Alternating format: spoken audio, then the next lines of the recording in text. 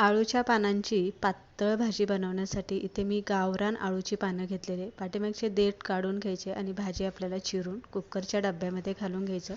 देठाची साल काढून बारीक बारीक अशा आपल्याला तुकडे करून घ्यायचे आणि भाजीमध्येच ते घालून द्यायचे. फेकून अजिबात द्यायचे नाही. मीठ घालून घ्यायचं. अर्धी वाटी शेंगदाणा, अर्धी वाटी चण्याची डाळ भिजत घातली होती. स्वच्छ धुवून आपल्याला भाजीबरोबरच शिजायला लावायची. 2-3 शिट्ट्या घेऊन आपल्याला भाजी इथे शिजून घ्यायची. शिजल्याच्या नंतरनं आपल्याला भाजीला हटवून घ्यायची.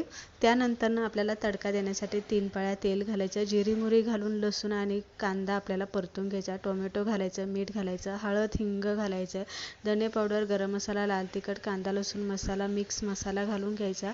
डाळ आणि शेंगदाणे घालून पाणी घालून आपल्याला 10 मिनिटं शिजायला ठेवायचं.